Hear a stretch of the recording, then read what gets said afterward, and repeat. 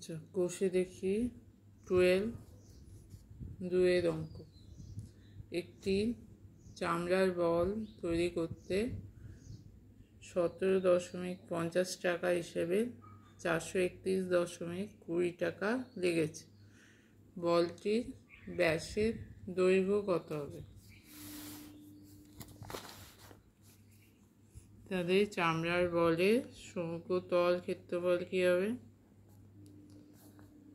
এই দুটোকে ভাগ করতে হবে। 431.20কে 17.50 দিয়ে ভাগ করলে যেটা বেরোবে সেটা হয়ে যাবে চামড়ার সমগ্র তল ক্ষেত্রফল, সমান হচ্ছে 431.20 বাই 17.50। এখানে দশমিক দশমিক উঠে যাবে। সমগ্র তল ক্ষেত্রফলের ফর্মুলা হচ্ছে 4 r স্কোয়ার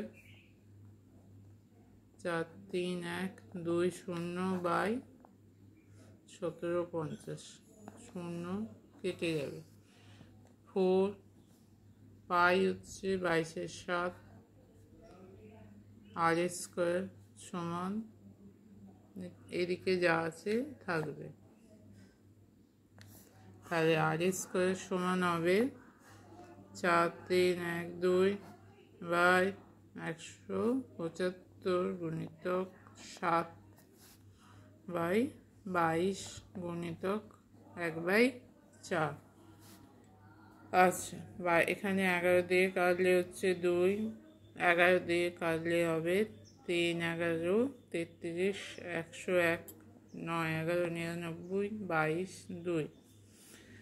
2 দিয়ে কাটছে, 2 দিয়ে কাটলে হবে 19 দুগুণে 38, 12 হচ্ছে 6, 4 দিয়ে এটাকে কাটলে হচ্ছে 4 4 16, 4 9 36, 7 দিয়ে 175 কাটলে হবে 25।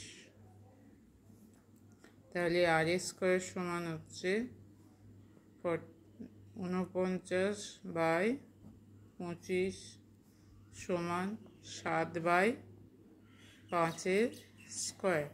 তাহলে আর সমান হবে 7/5। তাহলে এটাকে ভাগ করলে হবে 1.4 সেমি। আরটা কি? আরটা হচ্ছে ব্যাসার্ধ। আমার কি বার করতে হবে? ব্যাসের দৈর্ঘ্য। তাহলে